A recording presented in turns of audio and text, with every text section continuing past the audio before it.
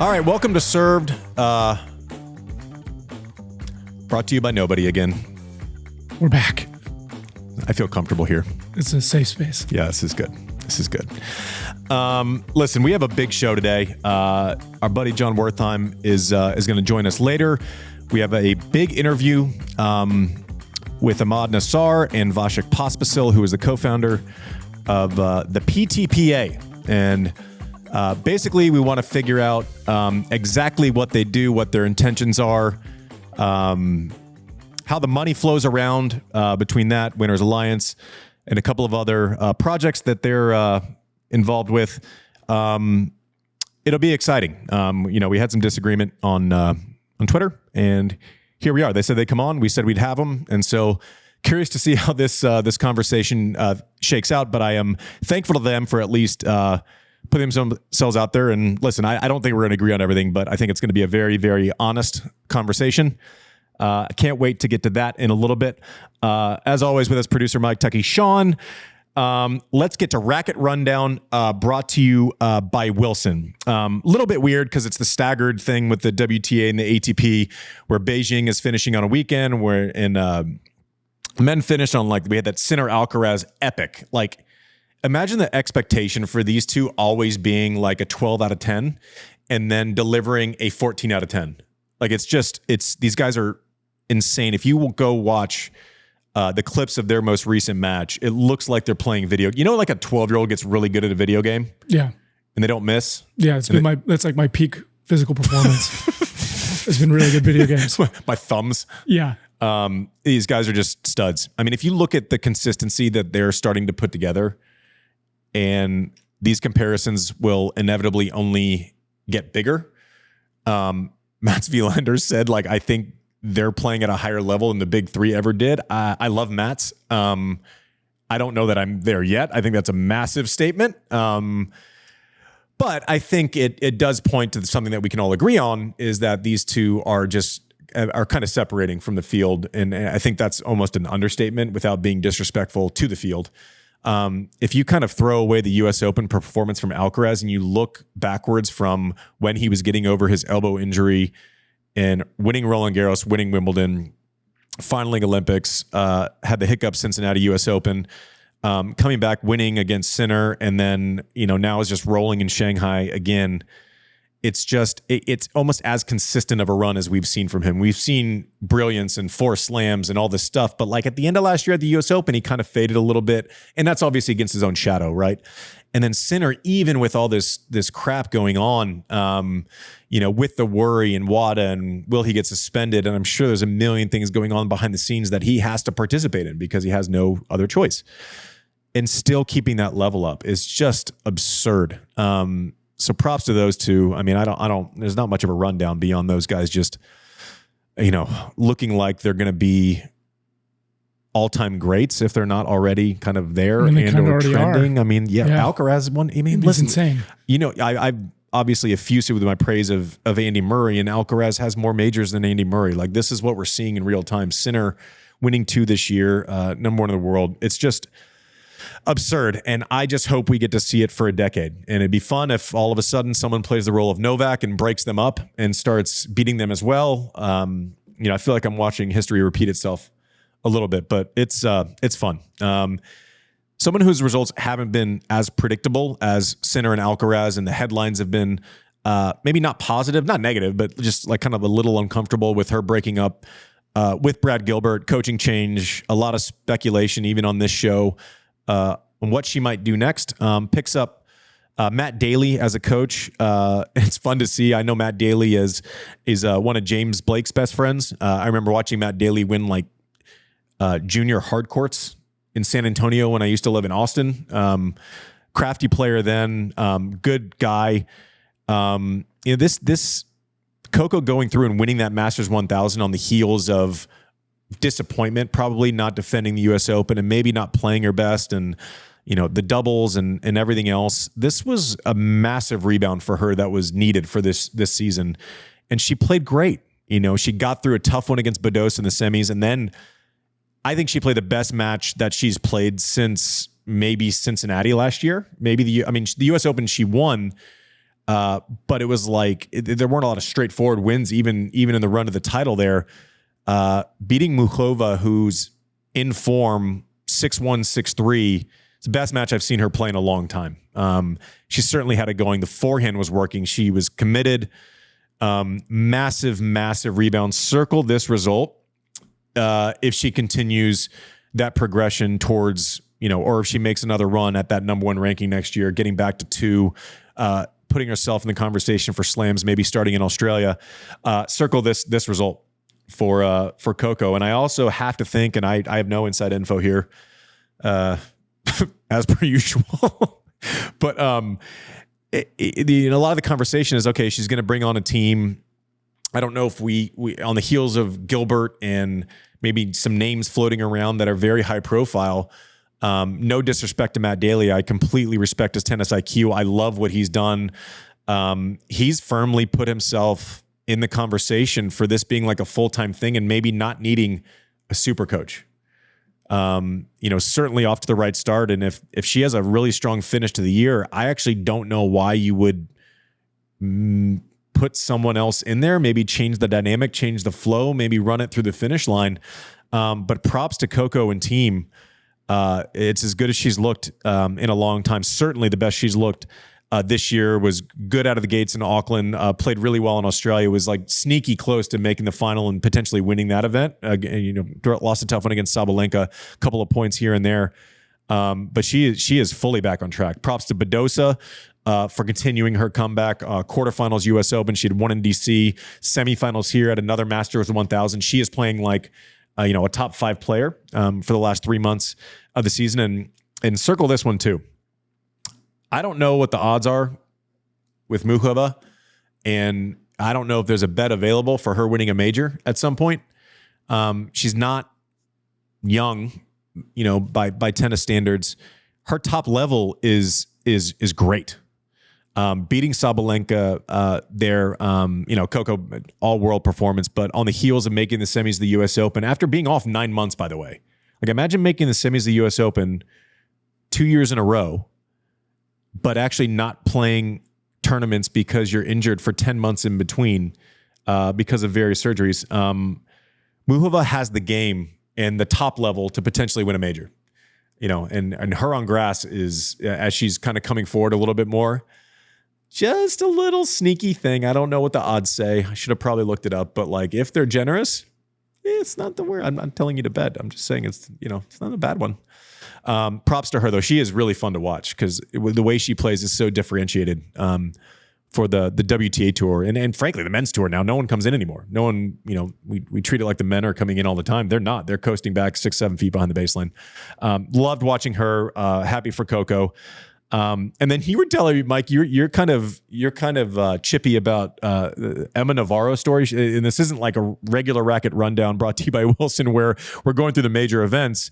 You want to bring attention to her playing in a 125 in Hong Kong, loses first round in Beijing, and then goes and plays. So I guess the equivalent would be like a top 10 player in baseball, somehow having off time and wanting to fill those 2 weeks by playing AA ball to either find rhythm or not lose rhythm. But there was like a negative reaction to this. Yeah. I mean, the people that live under the bridge on X were all pretty upset about it, But why? I mean, I don't know. And she came out and clarified. She's like, listen, guys, even no matter what I do in Hong Kong, the points don't apply for the WTA finals. People were like, oh, she's just trying to like scrape points to stay in the 8th spot ahead of the WTA finals, but none of them matter. Why are people so offended regularly when players make decisions?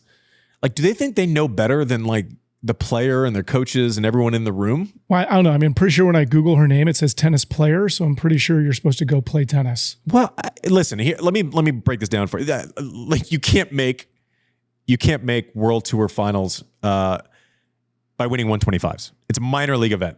Right, like it's not the points of really anything. Frankly, it's below her pay grade now. But let's level set. Okay, lose first round. She got a bye, so it was technically second round, but her first round in Beijing, and she has 10, 12 days before she starts. And remind me where the next tour event is in the WTA. What is it? It's Wuhan. Wuhan, exactly. So she goes and takes a wild card into a 125 There's really no consequence aside from getting tournament matches, right? So you either practice for 12 days because Asia is not exactly the place where you can come home for a training block and then fly back over, right? Because it's, 3 days of jet lag both ways. This is a very logical, obvious decision. It's a place that she played well last year. I think she won last year when she was making a run. That's why she was allowed to play. Yeah, it's like good vibe. Well, you can get a wild card. Well, no, because I think she's top 10. She wasn't eligible to play. No, That's what people so were saying. you can't enter certain level tournaments if your ranking is too high. So it used to be like below 50, you couldn't enter a certain level, but you can still take a wild card, right? So the tournament, conversely, like we're like support lower levels of tournaments. Is there like a caveat, except if someone who's top 10 wants to bring their star power to a minor league event? Like, can you imagine, like, think of like when a massive pitcher, like if Clayton Kershaw goes and does rehab starts in Frisco, Texas, everyone's like, that is awesome. I'm going to see him. Like, why would you not want that scenario in tennis? I agree. It makes no sense. I don't get any criticism here. Like, this is just a bunch of keyboard warriors that need their daily fix of being pissed off about something because, she should go play. Like, get matches in. Go play five matches. That's what she said. She's like, 2 weeks is a long time just to be training. You can't come home. Yeah. It's not as if you're playing in Memphis and then you got to travel to California. Like, you could go home and have a training block. That's not an option when you're in Asia, right? Like, you got to go play matches.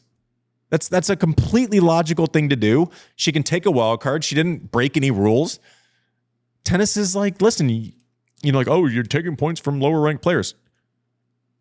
This is sports. You got to beat the person across from you. Are you kidding me? This is like kill or be killed. Like, what are we talking about? And you got me fired up going into our big interview, the controversial interview with PTPA. We're going to get that on the other side. This has been Racket Rundown, brought to you by our friends at Wilson. Hey there, Chuckers. I used to rely on precision, power, and maybe a little bit of innovation to keep my serve untouchable. Well, turns out those same things aren't just for tennis. They're for racing too. Who knew? Since 2017, Lexus Racing has been doing exactly that. Precision, power, and a whole lot of innovation. Last year, they teamed up with Vassar Sullivan and snagged the 2023 IMSA GTD Pro Class Championship with their Lexus RCF GT3. And let me tell you, that car has got more horsepower than I ever had in my serve. Don't tell my ego. But like any good athlete, one win just isn't enough. All right, a little too personal, but that's fine. They're back and they're gunning for another title in 2024. You can't miss those Dayglow yellow and black Lexus RCF GT3 race cars on the track. And if you do somehow miss them, you'll definitely hear those V8 engines roaring louder than my victory yell after a big match. So if you want to see what happens when you mix tennis-worthy precision with race car power, follow Lexus Racing every weekend. Head over to lexus.com/motorsports to learn more about Lexus Racing and get all the details on upcoming races. This is maybe the first interview that's been negotiated on Twitter that we've done for this show. Just to level set where we're at, we have Vasek Pospisil and Ahmad Nassar on from the PTPA today, just to make us all a little bit smarter about what's happening there. We have many, many questions, but basically where this came from was I did an interview during the US Open. It was like the first Sunday, and I got asked 29 minutes of questions about, whatever. And then basically the question was something about PTPA and the need for a union, of which I understand it's not a union and maybe it is, and maybe we're all going to get clarity about it. But I just said the bulk of my response was about how it's an impossibility for Novak, who is Vasek's co-founder, to take on changing the tennis universe and simultaneously being the best player ever. And I said I would be interested to hear what their list of accomplishments were, because most of the stuff I hear is X, Y, and Z. That seemingly pissed Vasek off, and maybe that's too strong. And Ahmad chipped in as well, and basically said, you must be uninformed if you have those opinions, to which I got kind of shitty and snarky. I sent Vasek a text, or he reached out to organize this, and I just said, listen, I think what I think. Maybe at the end of this hour or hour and a half, I'll think much differently, and we will all kumbaya and agree on a bunch of stuff, which I'm sure we will, and it's okay if we leave with disagreements. I apologize to Vasek for my tone, because no conversation needs to start off with me responding to someone pointing something out, being a smartass. It's something that I've been trying to overcome my entire life. Not quite there yet. But they said, we'd love to come on, and there's never going to be a world where I disagree with someone inside of the world of tennis where I get to keep the megaphone, right? And so here we are. In your own words, I guess, guys. One, I'm sorry for my tone. It's shitty. It'll happen again. I'll probably apologize again at some point, not with you, learn my lesson. But Twitter is a tough place to negotiate opinions. But let's start with you, Vasek, and then we'll get to Ahmad, and you can describe your history with other players' associations and kind of where we are. Vasek, what is PTPA? How did it start? And let's go from there, and then Ahmad, maybe give your credentials, and let's talk about let's get to the issues in tennis and how we can all make it better. Yeah, well, first of all, it's a pleasure to be on. Thanks for having us here, Andy and John and the team. Yeah, I mean, the PTPA is really meant to be the first true player association in the sport of tennis. Here to represent the interest is solely the tennis players themselves. No conflicts, no tournaments in the same house, and just doing the best that we can. And there are a lot of issues in tennis that I know you're well aware of, Andy, and so are many fans and people within the establishment. And players don't have the platform to be able to affect any change. And that's kind of where we come in, or at least that's where we hope to get to. And we've already, I feel like we've made great progress considering we're only a couple of years old. And so that's hence my response to your interview was more so to say, hey, we've done more than just photo shoots and press conferences. We're actually trying to change things here, and we've made baby steps. Some could argue we've made bigger steps than just baby steps, but obviously there's a lot to do. But that's where really this whole thing started. Ahmad, talk to us about where you came in, what your history is, why you're an expert in this space. Yeah, and I'll just start first by thanking you, Andy, and everybody else associated with the show for having us on, because it frankly would be the easiest thing in the world to hold that megaphone and not share it. And frankly, that's what most people do, both on Twitter and in the media world. So really do appreciate you following up and being responsive and having us on, because that is really rare. It's interesting to hear Vasek's answer, because he said the Players Association's 2 years old. Which it is in terms of my being an employee of the PTPA, but it's not in terms of the founding. And so I came across the PTPA. I mean, I heard about it when Vasek and Novak and John Isner founded it 4 or 5 years ago. And I honestly, my first reaction, I think I read it in Sports Business Journal or Sports Illustrated or something. And my first reaction was, that's never going to work. And just like on to the next, thing in my day. I think I was at the NFL Players Association still at the time. And I was introduced to the PTPA in 2022, early in the year, really under the guise of like, hey, a mutual friend of Novak, Vasek players, some of their advisors reached out to me and said, hey, man, you've worked with, and at that point I've worked with the NFL Players Association, MLB Players Association, WNBA Players Association, and the MLS and NWSL Players Associations, lots of letters. And they just wanted to kind of hear about, how does it work for LeBron James to be in the same Players Association as the 12th man, on the Detroit Pistons, right? And because tennis has that dynamic of top ranked players and singles, doubles, men, women, right? And so how do you navigate that, and just, what is applicable from other players associations and what's not applicable, and how do we build something? And that several months of discussions turned into, I sold my prior company, and it just turned into the right fit at the right time. So at Wimbledon in 2022, met with a bunch of players, and then decided to come on full time right after that. And two of the things that we brought in from other players associations is that need to bring independence. And I really wanted to see, like, do the players actually want this?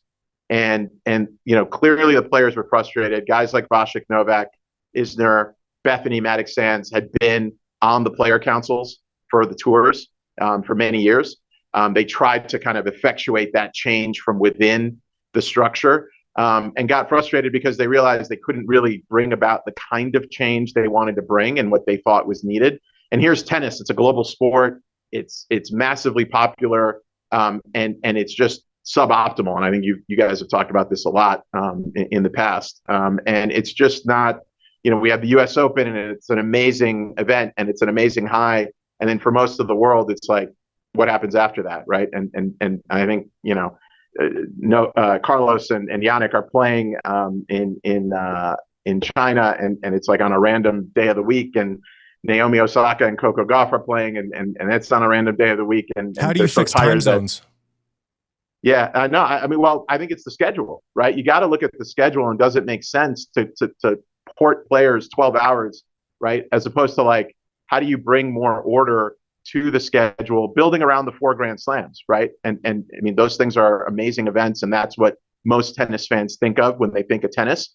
How do you build? And listen, like, I know there's a lot of discussion about that. Grand Slams have been talking about that. Saudi Arabia is talking about that. The tours themselves are talking about that. What we really want to do is just bring a player perspective to all that, because I don't think it does anybody any good to have all these players exhausted mentally and physically and injured, many of them, by the end of the season. And is that fair to fans in Asia who've waited all year to have, these players come to their town? And just how do we optimize it, right? Because right now it's not working, I would say, really for anybody. And so what we've done in the last 2 years is really focus on building as much of a players association as we can. You brought up union. We can't unionize. They're not employees, the players. So that's kind of the key component to forming an official union that can go on strike and sign union cards and do all the things that unions do. So short of that, and maybe trying to build towards that, what are the benefits and services? How do we make ourselves self-sufficient so that we're not dependent on, frankly, the kindness of strangers or the existing structures that we're trying to change for funding, right? And those sorts of things, which is really those first couple of years. That's why it was hard to I think, get going. I wasn't there yet, but Vasek lived that every day.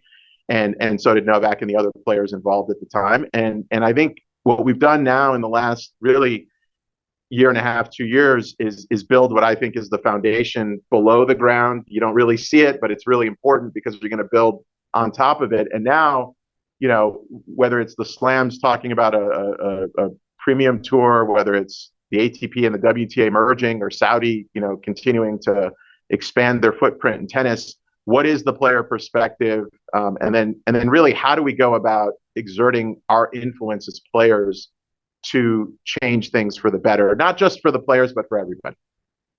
Can we just go back to Andy's fundamental question, though? Because I think that's really, at some level, what we need to establish before we go further. I mean, you talk to players and you say, that they basically say the same thing, which is, I support empowerment. We should be getting a bigger piece of the pie.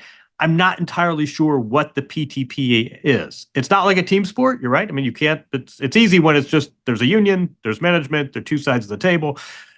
That's not the case when you have independent contractors. And yet I still think that we need some clarity here. Is this profit generating? Is this representation? Is this about wages? I think there's a lot of confusion. What are you? And sort of saying a players association doesn't really get us there. How do you self-identify before we even go further?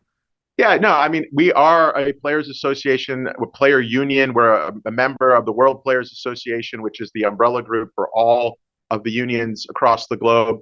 They told me something that I thought was very interesting. They said, look, your principles that we put out on our website a couple of years ago after I started, that's what every players union and players association globally in every sport, team and individual is working towards.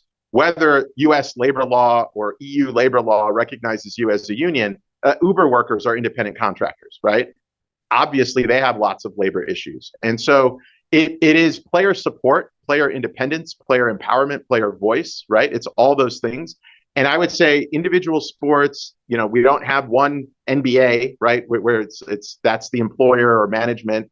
There's 4 Grand Slams, independently owned and operated, except when they collaborate.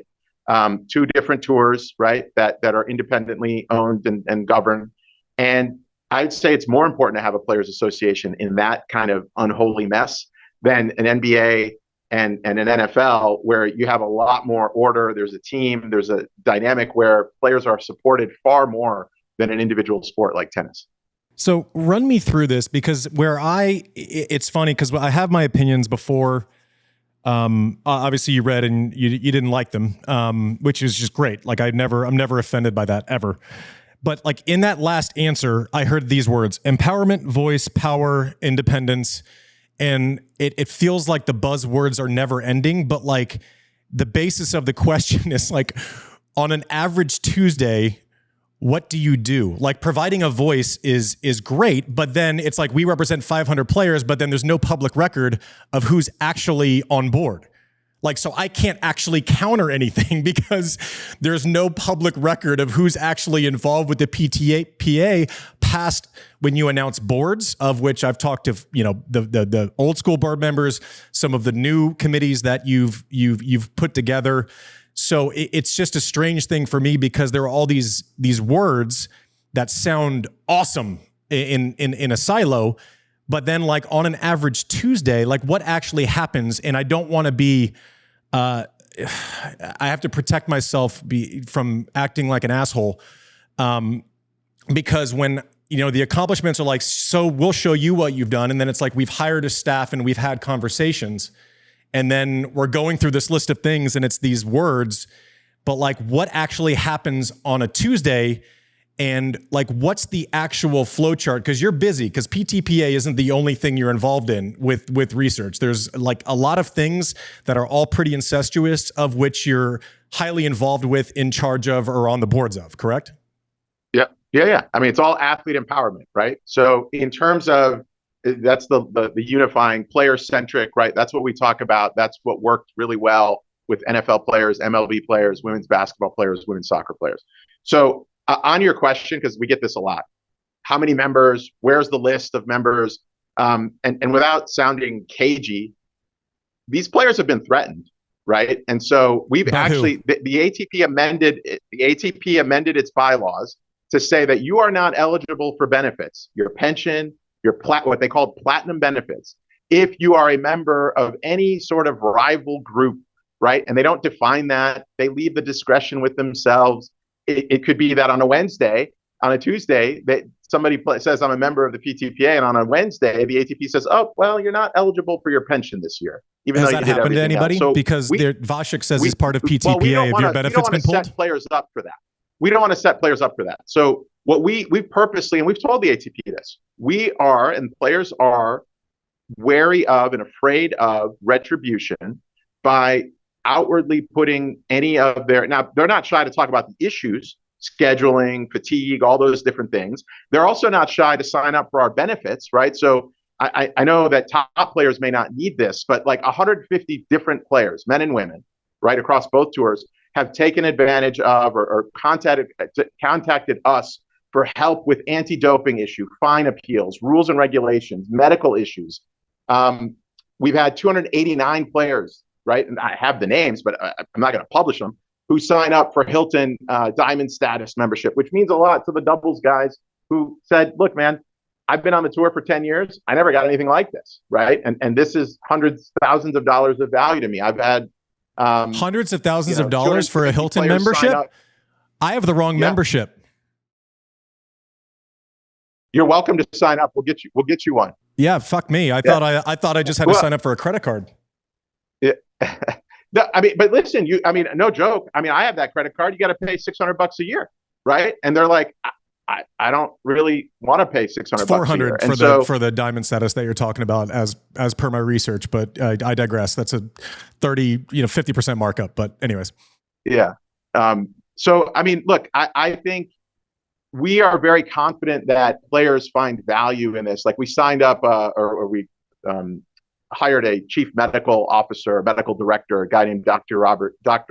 Robbie Sicca, who has worked with NBA and MLB teams in the past. 90 players have worked with him to get referrals and like help booking different doctor's appointments. He's not their doctor, but he's helping connect them, right? And these are things that, there's just gaps in the current system, right? And part of what we wanted to do is say we need to provide value. All players associations really try to provide value to the players that they represent. And then, yes, there are big, thorny global issues like getting the Grand Slams to pay them more, getting the tour to make more sense in terms of the schedule that we are simultaneously working on. And we spent a lot of time in the first half of this year meeting with everybody about premium tour and tennis ventures and all these things. And I think no shock to you guys, because you've been around tennis much longer than me, we haven't seen enough action there. And so what is that next level of representation for players? Because, and that's what we're building towards. And I think, though, it really started with what are we going to provide to these players beyond the buzzwords? Because I use buzzwords, but I don't like to I like to do what I say, right? And so like I say I'm going to be about player empowerment. I say I'm going to bring value to players. We do things like tennis trading cards, which, in the last year and a half alone have paid out $10 million to individual players. I do want to just add quickly. I know, Andy, you were waving your hand. You want to get into the trading card thing, but it's important to note that, the reason this started was not to go, I'm not, obviously adding all these benefits is great for those that need it, that are struggling, the priority pass, the 250 players that can go into airport lounges. I get messages personally thanking me and thanking the team for doing something as small as that, you can get a credit card and you can get access to that. But obviously that isn't, necessarily the ultimate goal as to why this started. It's to create major change, right? There's no question about that. In the meantime, we've done as much as we can to provide these services and kind of a support system for these players that need it. But the goal is really to have this fundamental structural change in the sport. And obviously that's not an overnight thing. If we wanted to make it an overnight thing, it would probably not be recommended and it could get pretty ugly. And that's not what we wanted to do. We wanted to come in within the structure, work together with the tours as partners, try to figure out a way how we can change things and make it work. And obviously, eventually that, will run its course if we see that there's either pushback, which there has been from a certain governing body, less so from others. But at some point, time runs out and we will start pursuing the goal that we've really set out from day one, which is structural change. As you know, tennis is very broken from a representation standpoint from the player side. And that's what we're ultimately working towards. And it's not something that can be done, day one. I know it's 4 years in, but I would like to see, and maybe I'll be wrong to bring this up, but I'd like to see, the previous player associations where they were 4 years in. I would be impressed if it was, if they've gone as far as we have. Maybe Ahmad has more knowledge in the history of these associations, but it takes a long time. It's not overnight thing. I think like one thing that I'm missing here is when athletes or any labor force is unionized, that's who management has to bargain with. So I don't think it's necessarily a slow build for, Marvin Miller and the baseball union didn't have a slow build because once players were unionized, that's who the owners had to negotiate with. I guess what I'm wondering is, well, we're also, but John, that process. Yeah. Look at the minor leaguers; they had a players' association for decades without being unionized. But I guess my point is, any negotiation hinges on leverage, right? And when you have a union management dynamic, all right, this is labor. They're on one side of the table. They can strike. Management can lock you out. We sort of know the rules of engagement. In this case, what's your leverage? What is going to make the other side sit down and acknowledge you? I also before you answer that, what's happened, and I've listened to like a bunch of pods and a bunch of interviews, and the frustrating part is I'm having to keep up in real time, and one question gets answers for 6 different things, and then I have to play catch up and actually address each of those 6 things individually. So go with John's question, but then I'm going to request some time to actually dive deeper into whether or not Vasek has benefits anymore. So John, I just want to be really clear. I think you guys understand this. We are not choosing to not unionize or try to unionize the athletes, right? Legally, we cannot yet, right? because under the current structure, which I would tell you is more than a little rigged by the powers that be against the players, they are not deemed employees, and so that's one certainly form of leverage. Right now, listen, I worked in the NFL union for a long time when concussions were first kind of rising to the consciousness, and the strength of sports unions and like it certainly been debated over the years. Right, I'll just leave it at that. In terms of leverage, you're absolutely right. And so the only, like, I would say, listen, one, that, and you and I have talked about this before, the continuum of leverage on, that scale, 0 is do nothing and just keep showing up and swinging a racket. 100 is going on strike, right? Or boycotting. And it's actually the opposite now, because you're not a union. You can't actually, that's a group boycott. You could subject yourself to legal liability if you went around and tried to get the players to boycott. So we have to be mindful of the law. But there's a lot of numbers between 0 and 100, right? And so there's things like creating an independent organization, doing things independently on a commercial side, on a benefit side, that either fill in the gaps or make the point that, hey, we actually represent players. Joining organizations like the World Players Association, which only has one group, like they rejected the ATP and admitted us, right? And then as you creep up those numbers, I think we haven't talked about this much lately, because I even though I'm a lawyer by training, I don't default to talking about the law, but somewhere in that 50s, 60s, 70s, 80s range is hiring so law 4 firms, decades, somewhere in that range. Somewhere in the range of 4 decades. No, I mean in the scale of action. Of leverage. Sorry, I was like, okay, that's the scale is 0 to 100. That's the fucking broadest brush I've ever heard. Yeah.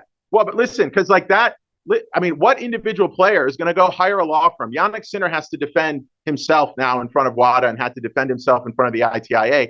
And in a very strange way, he's lucky because he can actually afford the resources to hire lawyers. People like Tara Moore and others that we've talked about in the past haven't, and we've helped them, and we are still helping them, and they are helping us, right, understand the limitations of the current system and how bad it is. So part of what we're doing now is, and we did this over the summer, and we haven't talked about this publicly, but I'm happy to talk about it now because we're getting these questions and I want to be concrete.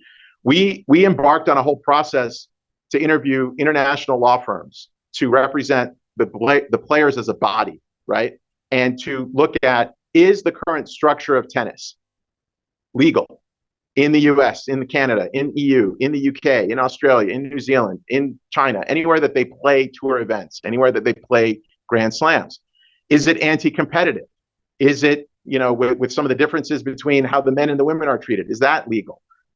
Is it optimized? Is it right? And so the goal there, I couldn't start there when I joined because 1, we didn't have the resources. 2, we didn't have the buy-in from players. And 3, I didn't want to subject ourselves to, see, you guys just came in here and you defaulted to being really, really confrontational. You didn't even try to engage with the system. Now, was I holding my breath the first 6 months of the year talking about Premium Tour? No, I wasn't. I was born at night, but not last night, right? I knew that a lot of people talk about change and very few people in tennis want actual change. I don't know if people still use that saying about born at night, but I'll go with it. I like it. Yeah. So but we had to, it was a process to get here. And so right after Wimbledon, we said, you know what, we're going to kick going on this legal RFP. We're going to go interview 25, 30 law firms. The firm, we hired 3 of them. The main firm is the same firm that since the 1970s, it has represented the NBPA, 1980s, the NFLPA. So actually 5 decades. Has represented the MLBPA and most recently the NWSL, the Women's Soccer League, and their Players Association in the last few years. And so they have a long demonstrated history of representing athletes across sports. And I would just tell you the initial analysis from those guys is there's a lot of issues here, right? And does that have to end up in court? No. But in terms of leverage, I think that's a real source of leverage that we're going to not be afraid to use in the coming months. So okay. I have a lot to catch up on here.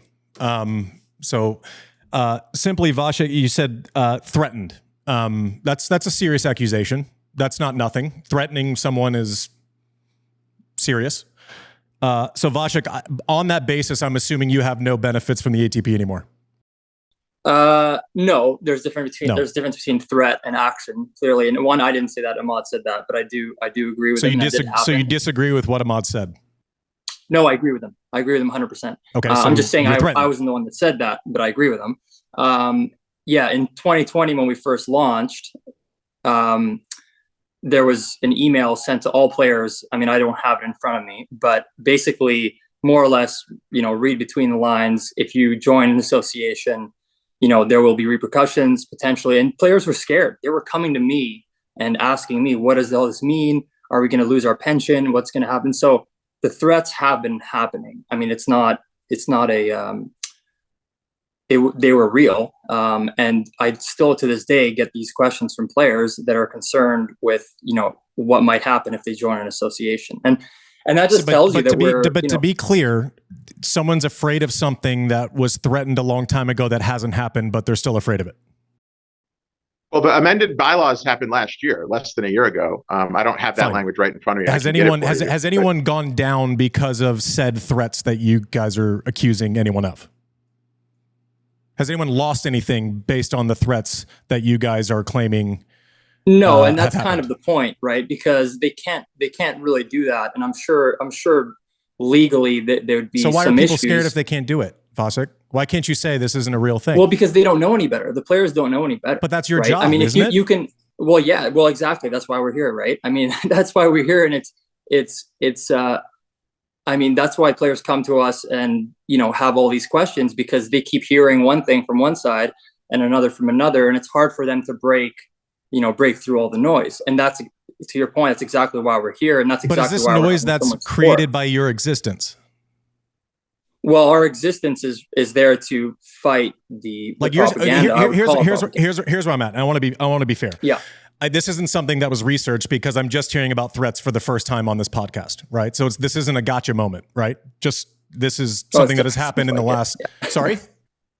I mean, it feels a little bit like it's trying to. This is a good process. I like this. Time out. So it's a gotcha moment, but I just learned about it 6 minutes ago. Right. Okay, that makes sense.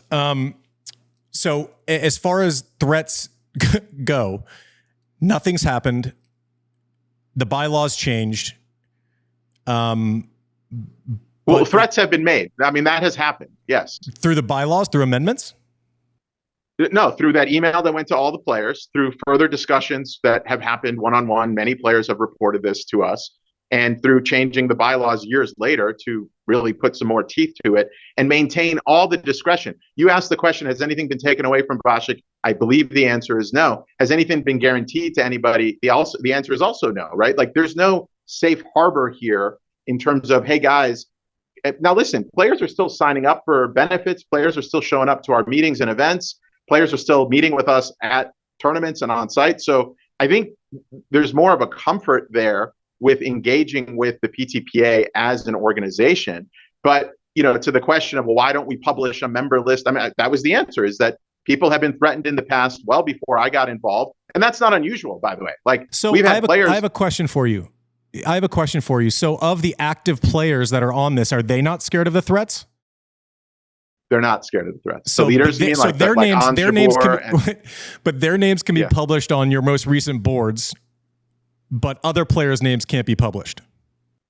No, it's not that they can't, right? We don't want to. So these are players who are in leadership, right? So Novak, Vasek, Hubie, Hurkacz, right? And like, credit to them as leaders. They are not afraid of that, right? They understand that there's risk, and not just risk from like threats. There's risk from like people looking at them funny, sponsors maybe not wanting to work with them, a big distraction, right? Like, you're spending 2 hours before a Grand Slam at a meeting, right? Like, I'm sure their coaches and agents would rather they go home and get some sleep. How is that different than the council, though?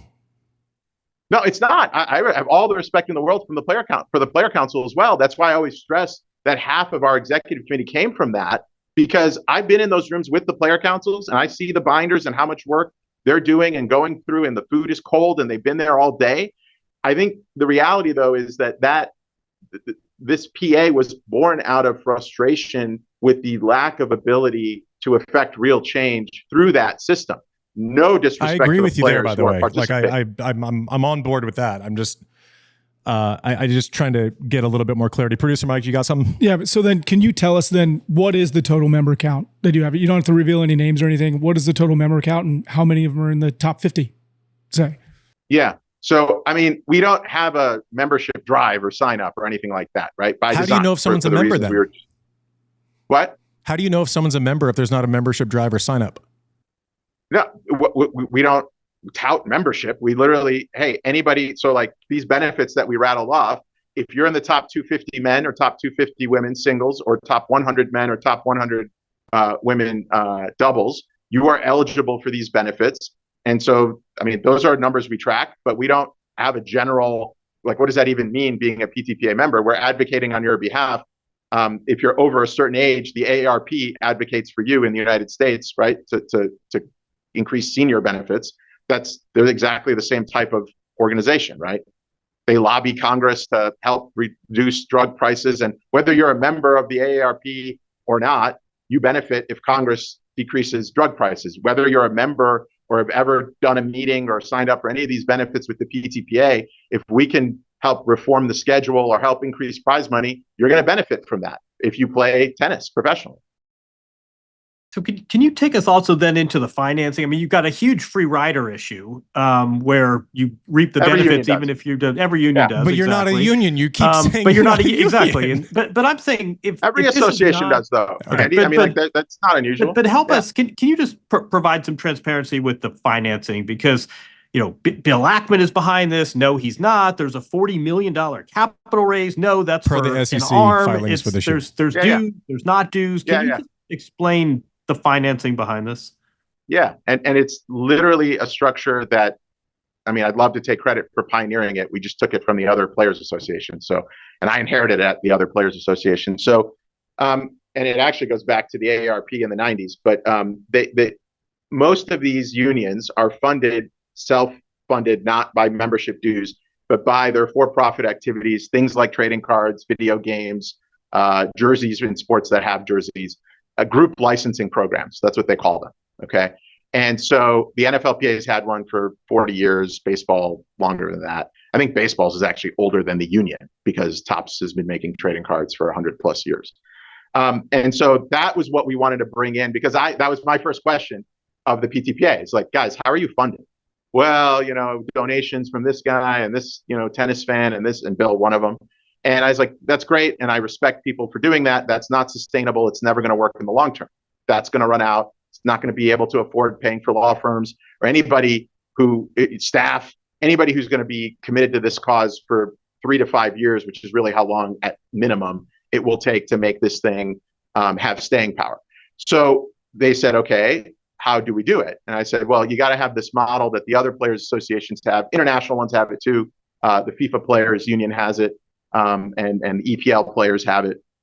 And so that we said, let's do that. But instead of slow build, let's go raise some money, bring in investors to a for-profit vehicle. Same structure that we had at the NFLPA.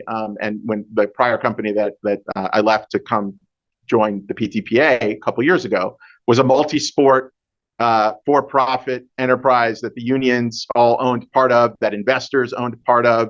And that's the model, right? And so when we say Bill Ackman, and it's really his foundation, it's his charitable foundation, it's not his for-profit arm or anything like that. So he legally cannot profit from anything that happens with Winners Alliance, that's the name of the for-profit arm, or the PTPA. He helped start that up with the idea being that this is the way that we will make the PTPA independent and self-sufficient over the long term. Some of these things take time to come online. So trading cards didn't actually come out until just before the US Open, even though, I've been at this for over 2 years.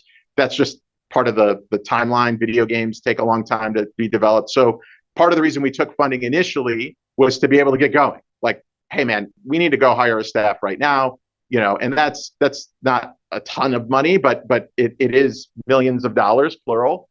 And that's the funding model, and it's literally borrowed from other sports that have been successful over the long haul.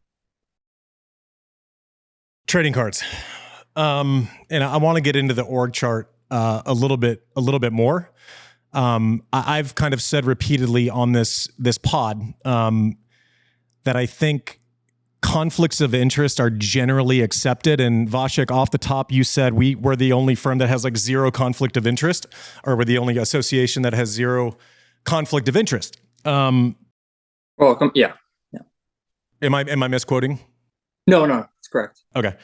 So I want to put that on a sidebar for a second and kind of dive a little further into kind of where PTPA ends and where Winners Alliance starts. Because,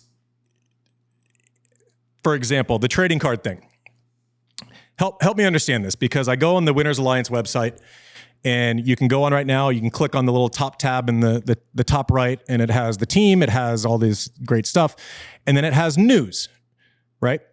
And so the news is the announcement of this trading card deal, which there's no public record of who's involved for PTPA, but it says for all the players, but it's like a very loosely designed ether of, but the first photo on that website right now is a signed card of Coco Gauff.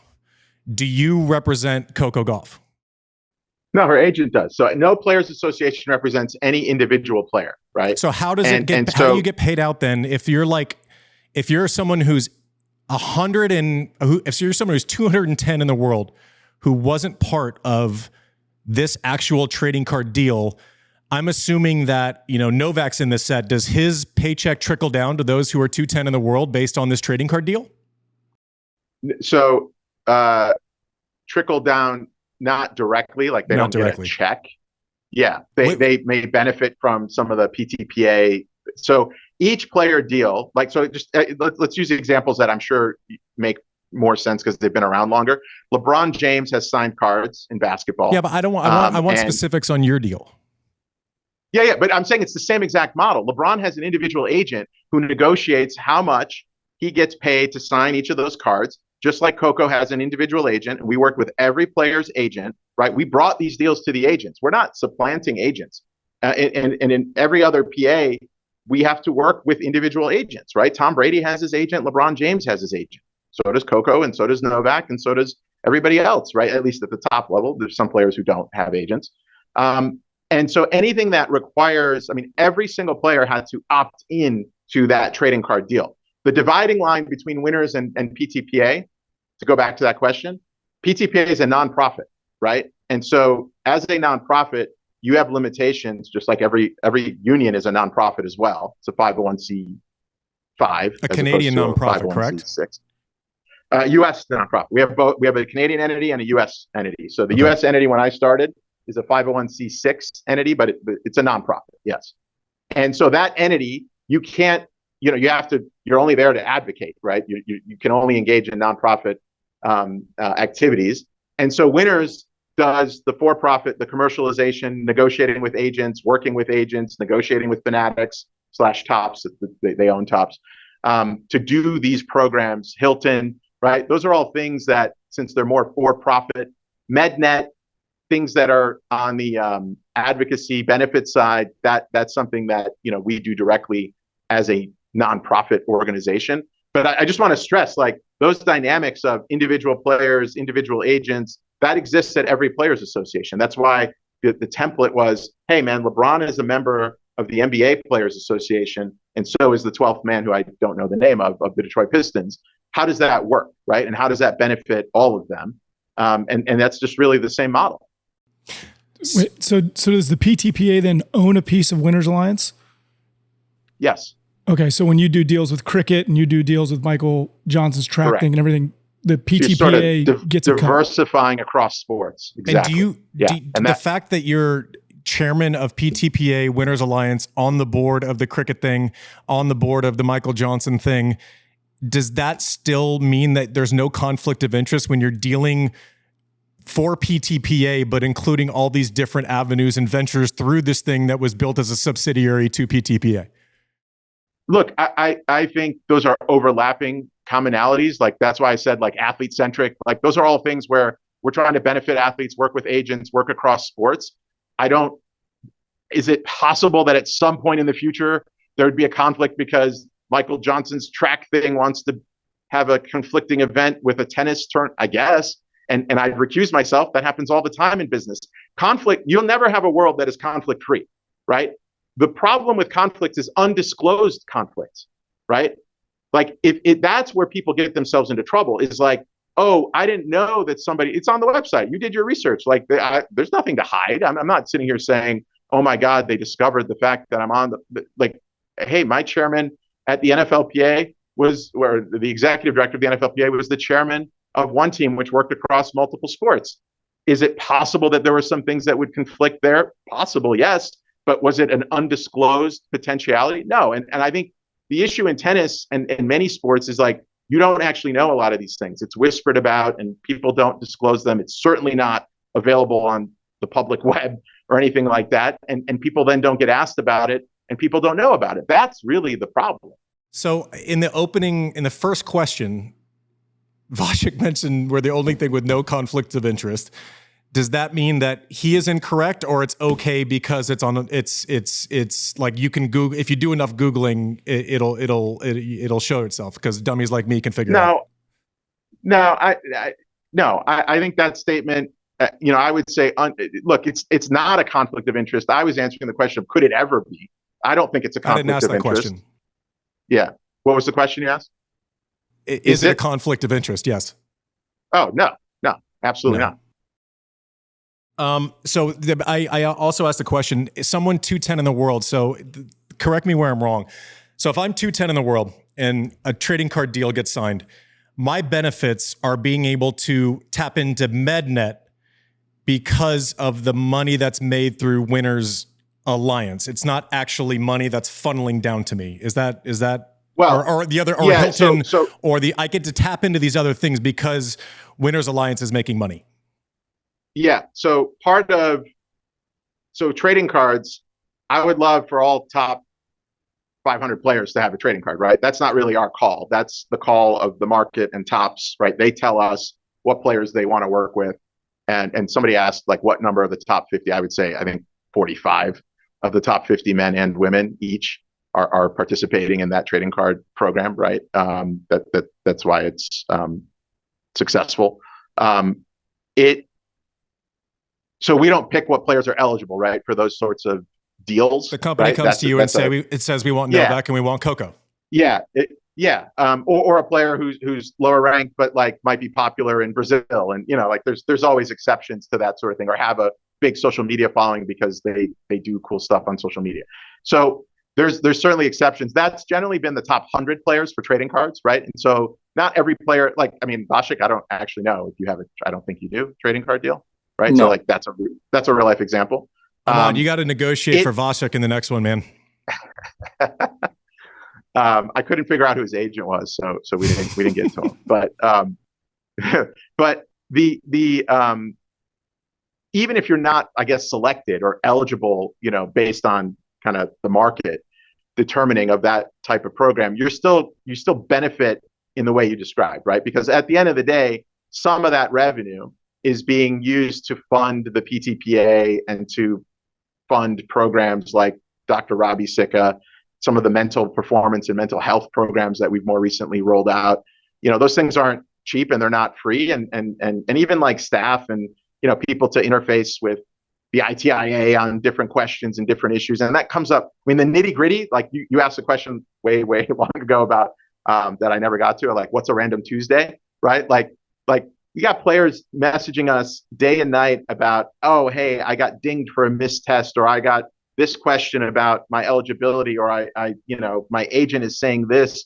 And so, and I can't claim to spend all of my time on that, but that's why we hired staff. And that's why we have people right now in Beijing and in Shanghai dealing with issues. And if you go back to last year, that's where a lot of the issues that culminated with the WTA finals, in Cancun and a lot of the things that were subsequently written about, they actually started way earlier, right, in Asia. And the reason we were involved and knew, and that was predominantly top 20 women, is we were on the ground talking to them and meeting with them and, dealing with their frustrations.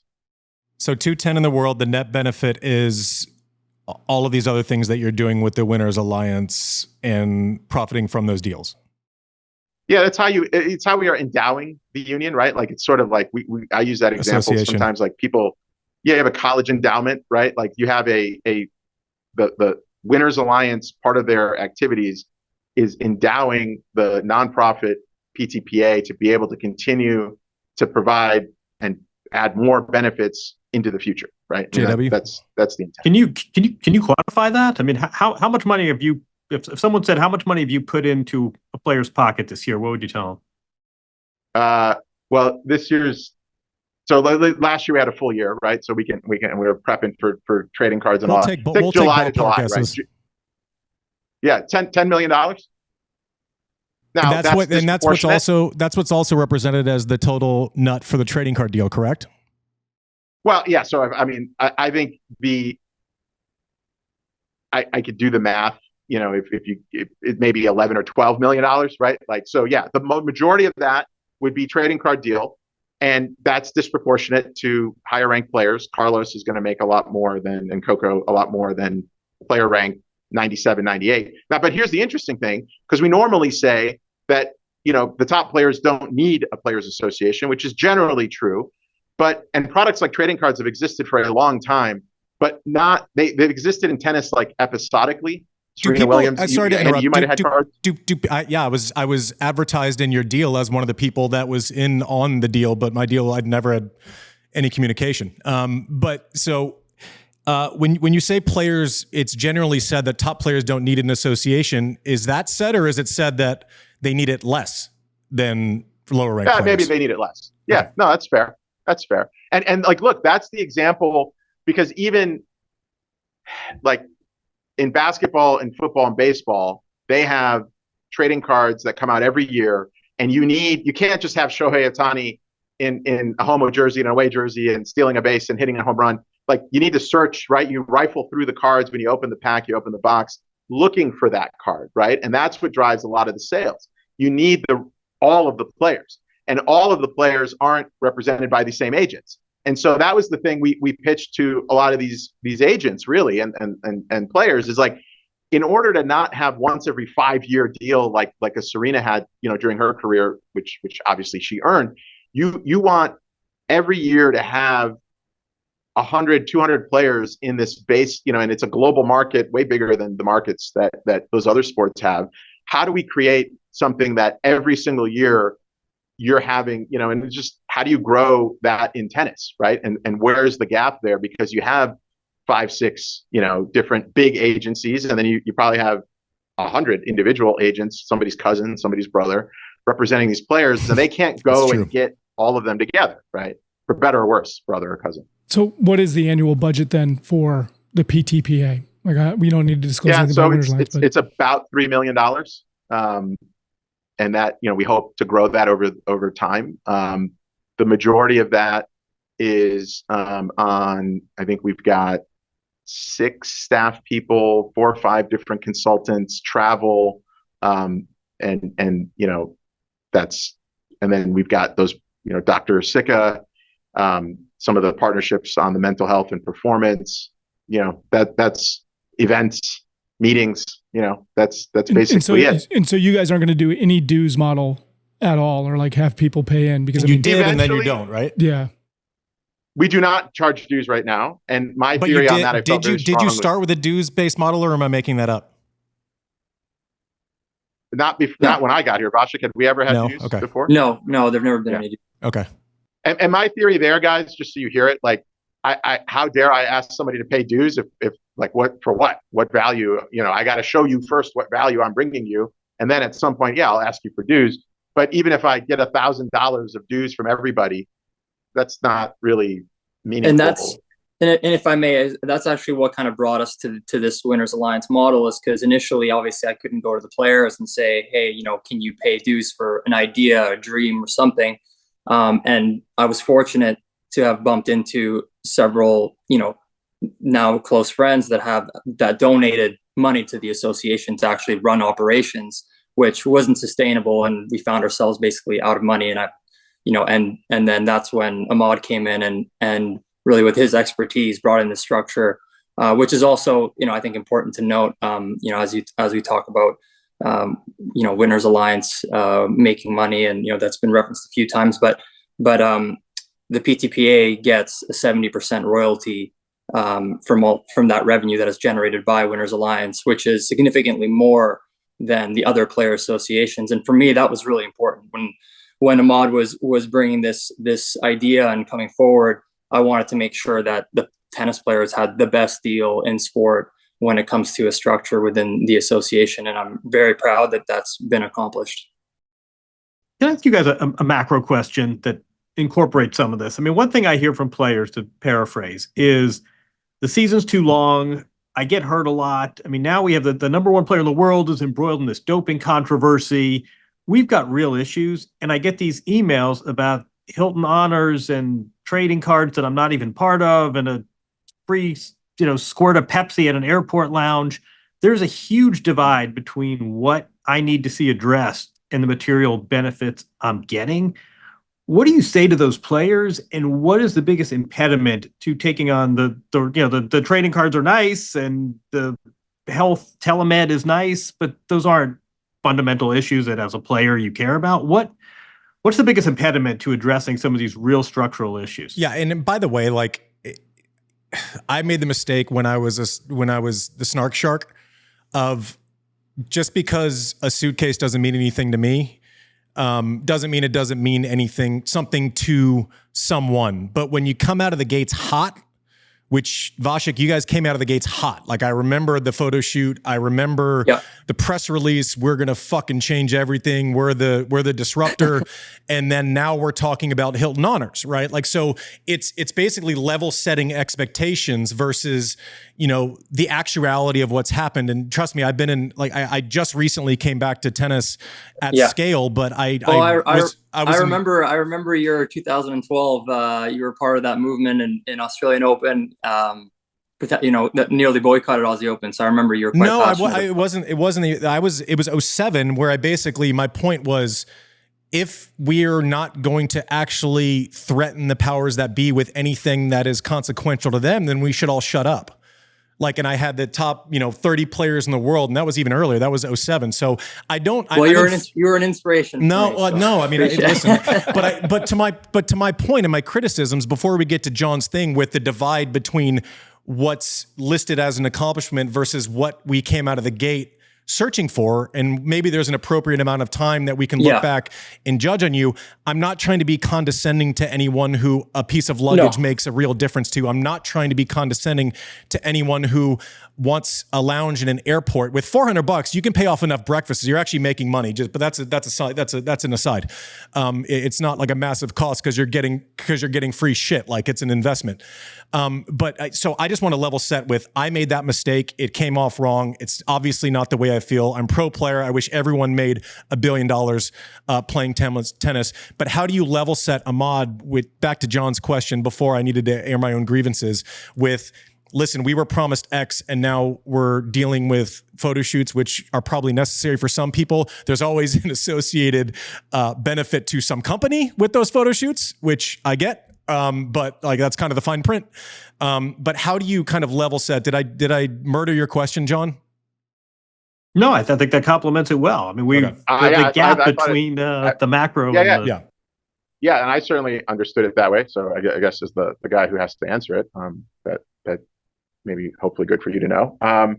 Look, so I appreciate the question, and I will tell you when I started at the PTPA, there were no expectations, which was a little worrisome for me, because I always thought our biggest risk was that nobody gave, I don't know what the rating level of this podcast is, that nobody gave explicit. a crap. We're the only tennis entity that has an explicit rating on Earth. I don't know, man. My mom or dad might watch it, so I don't want them to know my secret that I actually curse sometimes. So, or my kids. So my kids will find it. So I said this to Vasek and Novak. I was like, the biggest risk is that we say this stuff and nobody cares, and the players yawn, and the tours just ignore it, and the Grand Slams ignore it, and nothing happens. And now, I welcome this question because it basically makes clear, hey guys, there's expectations. this PTPA thing, like we have some expectations of you, and it's not just you guys, right? I think players and agents and others, and the tours and the slams, everybody's asking versions of these questions, and I welcome that because it's a version of Billie Jean King's like pressure is a privilege, right? Sign like expectations are a privilege because it means you're doing something people expect out of you, and so that's kind of just at a high level. I think the answer is, and Andy, you said this, and I respect it. Like what we talk about publicly doing is a lot different than what we talk about at our executive committee meetings and our player meetings and what happens on those random Tuesdays beyond just the day-to-day, grievances and complaints that players or issues that they're dealing with. And so like we don't talk about, and we didn't publish, and we didn't do an article about the multiple letters that we traded with the Grand Slams and the multiple meetings, formal meetings that we had with the chair people and the CEOs about the Premium Tour. We didn't talk about the 200 individual player meetings that we had to compile a list of whether it's a Bill of Rights or just, kind of what are the core things that players talk about or care about on a new tour. Because, we had some people caution us, hey, don't take this public. Don't tweet about this, right? So, okay. And by the way, if you go look at the NFLPA's Twitter or the MLBPA's Twitter, like, and I've been in those meetings, like players are like, why the hell are we talking about, random shit on I ruined it, but random stuff on, you can delete that out, right? I'll say a worse word if it'll make you look better. Make me comfortable. Yeah. But my point is, and listen, like and I'm not like one of these guys who's like, oh, trust me, we're working on it. Like, if we pull up our agenda from our executive committee meeting, which was 2.5 hours before the US Open, we do a really quick slide on the benefits. Hey guys, here's the benefits we added. Here's the usage, because players want to know, like, are people actually using this stuff or not? And then onto the meat. What the hell is going on with the new tour? John, all the issues you laid out, what the hell is going on? How come? And you ask, like, well, what do we need? Well, and it goes back to leverage. You need engagement because you can't unilaterally, I can unilaterally ask Toomey to do a deal with us, right? And other companies. I can unilaterally pitch for trading card deals and Hilton and Marriott and whatever hotel to do a deal with us. Don't say Marriott if your partner's Hilton. I'll tell you that much. I can't unilaterally reform the schedule. I can't unilaterally pay the players $1 billion, like Andy said, and I wholeheartedly agree. And what do I need? I need to get those people to engage. And what do you need to get those people to engage? Leverage. And I totally agree on the leverage thing. And, just because we can't strike and we can't be a union yet, doesn't mean we have no leverage. And I think we're ramping up that scale, right? Because it was important that we didn't start at the extreme of like, we're filing a lawsuit the day after, Ahmad starts on a Tuesday, Wednesday, we're filing a lawsuit, because that would have been weaponized against us, right? The tours would have said, see, I told you Novak and Vasek, those guys, like they just had it in for us. They're trying to start a new tour, which was the rumor, right, originally. And they're just trying to like do live golf for tennis. No, and, Live pays their players directly. I bet people would be pumped about Live. I know, but yeah, now I might still have a job because I'm like in the target demo for like a Live golfer. I'm like 40. I'm like 43 years old and fat. Yeah, I mean, but you are right about that, Andy. Like many players, particularly a certain demo, would be pumped. And by the way, that demo would probably include a Novak, right? And you tell me. But is that actually the best for the sport long term? I don't know. I mean, I'm not judging golf. I don't know enough about it, but I think there's a lot of issues with even now among players, and it's getting in the way of, and from a fan and global kind of, how do you get to where the NBA is?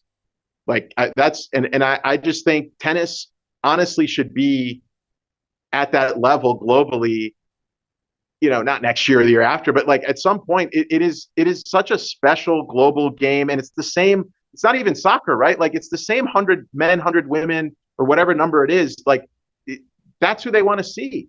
And the fact that we are not collectively, and I say we, so I'm not sitting here pointing fingers at other people, that we are not running the sport properly and optimizing it, not just for the players, but for everybody else. Like that is a problem. And so that's the purpose of the leverage, John. And that I think is what, I don't want to say, just keep on waiting, we'll show you, but like that we are building, and it's very purposeful, and there is a template, and some of these law firms, that history matters because they've lived this, and they are the ones saying, look, tennis players fit right into that, line of global athletes that have had to fight for these things.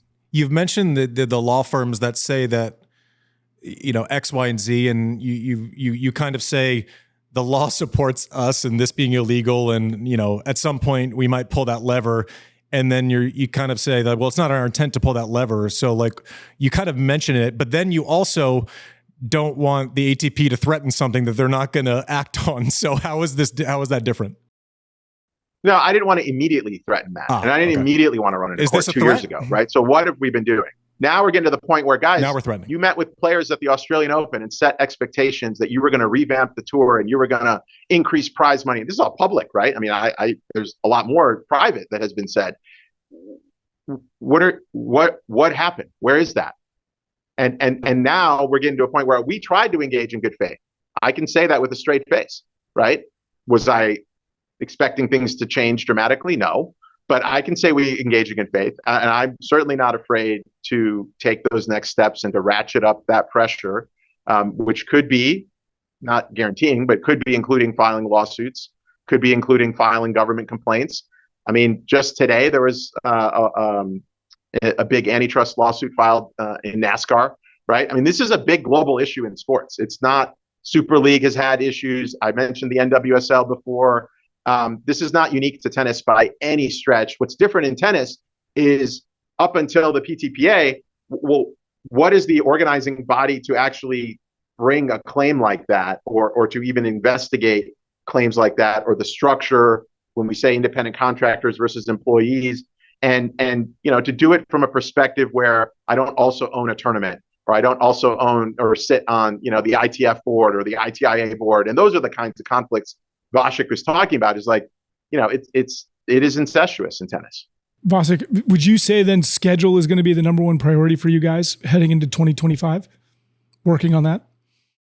Well, I mean, I think I don't know if I would say that's the number one priority. It's definitely something that needs to be addressed. And I don't know how much, as we speak of leverage, I don't know how much leverage we have currently to really impact the schedule for 2025. I think that will, be a little bit contingent on. I mean, heading into 2025, your guys' plans on items to work on in 2025. What are plans, items to work on in 2025? Well, I mean, I think it's a lot of the same, trying to bring benefits and different services for players, service more players, get the word out even more so than we have. But, I think the main thing now on our radar really is, as Ahmad alluded to, is engaging with these law firms and doing a review of the structure and the system and the sport and bringing that to the governing bodies and seeing how we can collaborate together and make positive change. So, I mean, and then I think the results of that review will kind of dictate what the next steps would be. And Mike, just the three big issues, like the tour season structure is a big issue. That includes everything from the schedule to late night matches to the balls that are used, right? Like, I think a lot of people, including Vasek, kind of set off a Twitter storm last year about the fact that you could play 3 different hard court tournaments and use 3 different balls that weigh different. Like, that's just hard on players and shoulders and elbows and completely unnecessary, right? It's not clay and grass and hard court. So it's all those issues. That's like definitely number one. Number 2 is governance overall, because the way governance works right now, it's both a headless monster and a rigged system all at once, right? Like, it's just, and when I'm talking from a player perspective. And then, yes, player compensation, that is a big issue. But I think, unlike many other global sports where it's more of a zero-sum game, like, hey, owners or leagues or teams, I want more of what you have. In tennis, I think we have an opportunity, and this is certainly the Grand Slam's view, to grow the game. I think the tours would agree with that too. And so, yeah, players should share in that. Now, how much and what kind of formula? I have a question, because like I agree with what you're saying. Like I can simultaneously agree that switching balls and having that difference, like I have an elbow, I used to serve, and so I understand that part of it. and also in the same breath saying we need to create more sponsor opportunities and revenue and share in that, like, isn't the ball sponsor like a direct cash funnel into the other thing that you're saying? Doesn't one depend, like, I want more money, but I also want to cut off different ball sponsors, right? Or is it like, so explain like a strategy, because those don't live in the same, under the same roof. Yeah, but you don't have to cut off the ball sponsorships. Like the ball sponsors don't necessarily, they're not saying, what they care about is their logo on the ball, not so much how much the ball weighs or how it bounces or any of that. So if you said, hey, every tournament, and the reason there's different ball sponsors is not because anybody's maximizing revenue. It's because every tournament sells their own ball sponsorship. That's why. No, I mean, right? I agree with that. So but like, and if so you, I mean, actually, you'd make more money from ball sponsorship if you sold one, tour long ball sponsorship, right?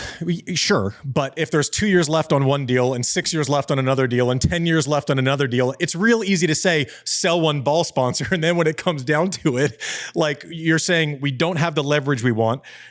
We don't know the timelines of the given contracts, or if we do, we can't do anything about it. So it's easy to say fix it. It's harder to fix it, right? Yes, easy to say fix it, harder to say to actually fix it. That's probably generally true. I would tell you that I have a sneaking suspicion it will be fixed sooner rather than later. And part of that will be a bit of a compromise where tournaments can still put logos on balls, but there's ball specifications. So it's like licensing at that point. Hey man, the balls, yeah, and then that way you still sell your, because that's what actually people care about, right? Like they actually care about their logo on the ball as a sponsor. Well, you sponsor. I don't think marketing, anybody at home is like, yeah, is it bouncing a certain height or good? Weight? I trust that that's true, and I hope that's true, because that would be a huge win for the players. That would be a massive thing. Okay, and then we'll be told, but just be ready, Andy. That I'm ready. You'll be told that we had nothing to do with it. So well, okay. So can I just go back real quick to this go ahead. point about. I just want to go back to this point about leverage, because I think that's what this comes down to. When I hear this conversation, and again, thanks both of you for doing this, and I think this was productive and fruitful and helpful. But I keep analogizing this to college sports, right? In college sports now, athletes can cut their own NIL deals, and it's a little like what you guys are doing. It's another revenue stream, and they can get NIL deals. Tennis players now, through you, have avenues, free luggage and trading cards and this revenue stream. But what college athletes haven't done is gotten paid from the schools that they are generating revenue for. Why not? Well, some of this is legal, but some of this is about leverage. And University of Texas knows that the Longhorn football team is still going to show up on Saturday.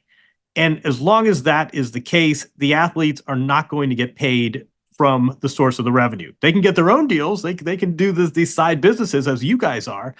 And I think the same thing is true in tennis. And at some level, until Sinner and Alcaraz and Djokovic and Coco, and until the players are not going to play events, I get the feeling that the tennis powers that be, they can wait you out. They know that this is a sprawling sport. They sort of roll their eyes at a lot of these threats. Tell me where I'm wrong. You're not wrong, but I would say look at the NCAA. So they thought they could wait out college athletes writ large, and they certainly waited out Ed O'Bannon and House and the players whose names are attached to these lawsuits. But that is like, they're archaic. Now they risk being completely done away with, right? The NCAA, it's an open question why it even exists anymore, right? And so I would say that be very careful with that strategy, right? Because you may not actually be able to wait it out. I will also say, though, that I started at the NFLPA in 2008. I thought revamping college was imminent. It's 2024 and it hasn't fully happened yet. And to your point, they're not being paid directly by the schools. They will be very soon, though. That's a big element of the House settlement that is an antitrust lawsuit brought by athletes that took years to wind through the courts. But my point is, look, most cases, the NCAA is a cautionary tale from an event league team side. Do not fight the way the NCAA fought. You might actually make yourself extinct, right? Do what the NFL, the MLB, some of the conferences in college have started to do, which is, hey man, we know where this is headed. Why do we need to go through all that pain? And the NCAA, by the way, had a cash cow of March Madness to fund all this litigation for all these years. That's why they thought they could wait it out. Can the WTA and CBC wait around for years? Absolutely not.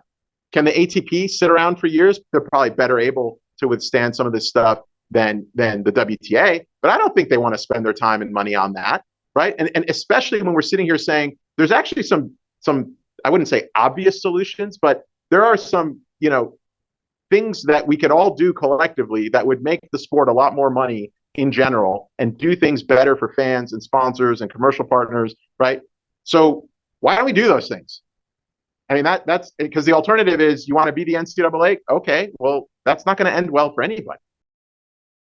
So when you guys are hiring these attorneys and everybody, is that coming from the PTPA? So, or like, if you are going to go this route, right, and you're talking about how long can the WTA last, I don't think $3 million a year lasts very long when in legal proceedings. How do you guys plan on funding something like that? And obviously, I know you're saying you're not doing it yet, but I mean, what's the strategy long term? No, even the review it costs money. Actually, costs a lot of money because that's a lot of work and a lot of billable hours. PTPA would pay that. That's a big part of the reason why we raised as much money as we did for Winners Alliance, because there's an ongoing commitment to see this through. With wherever it goes. So yeah, I mean that we were always gearing up for the potential fight without necessarily committing to we're going to fight. I would have loved that at Wimbledon we announced, hey, Premium Tour, it's happening, starting in 2025, AO. And then, but obviously that's not happening. Or some version of that, right? Like I use these words because they've been used publicly, but like I don't actually care. Like that the ATP is fine, Andrea Gadunzi is fine. Like there needs to be a commissioner of tennis, like an Adam Silver or a Roger Goodell, right? Like John, you mentioned earlier, like who's the management here? Who's we know who the labor is, and they don't even have a team jersey. Like it's just them on the court, and so this should be in some ways more straightforward. But yeah, I mean that we geared up and we're ready to go, and we hoped that things would play out on their own without needing to do this. And I think now we're at a point where, and this started right after Wimbledon. It's not like this was a very orderly process that we talked about strategically internally. We didn't post about it on Twitter. We talked about it with the player leadership. We talked about it with players who came to our meetings and at different tournaments who met with us. And so that's. And then where it goes from here is kind of up to a lot of people, not just us. Can I make a request of you guys, or like a couple of requests? Is Sure. that feasible? So I think we've talked about this, and one, like, kudos to you guys for coming on, and you knew we had a difference of opinion on a lot of issues, and I think we agree on like a lot of the macro issues, and I just have some questions. Yep. Yeah, high level, everyone wants the same things. I appreciate intent. I appreciate swinging the bat. I really do. I honestly, kudos is braver than anything I could have taken on at this point in my life. So kudos there. One thing that I crave amongst all other things, and kind of the more I've learned a lot just in this conversation and had more clarity, but it's things that could like easily be written on a page on a website, right?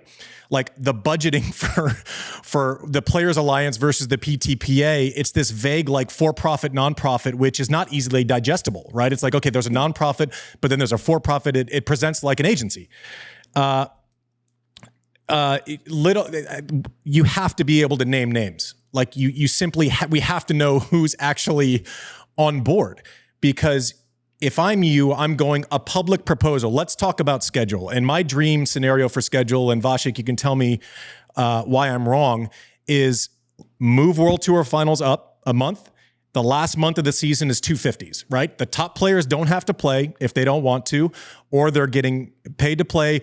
But you're also not costing someone 70, 80, 90 in the world paychecks and opportunity for points for the next season.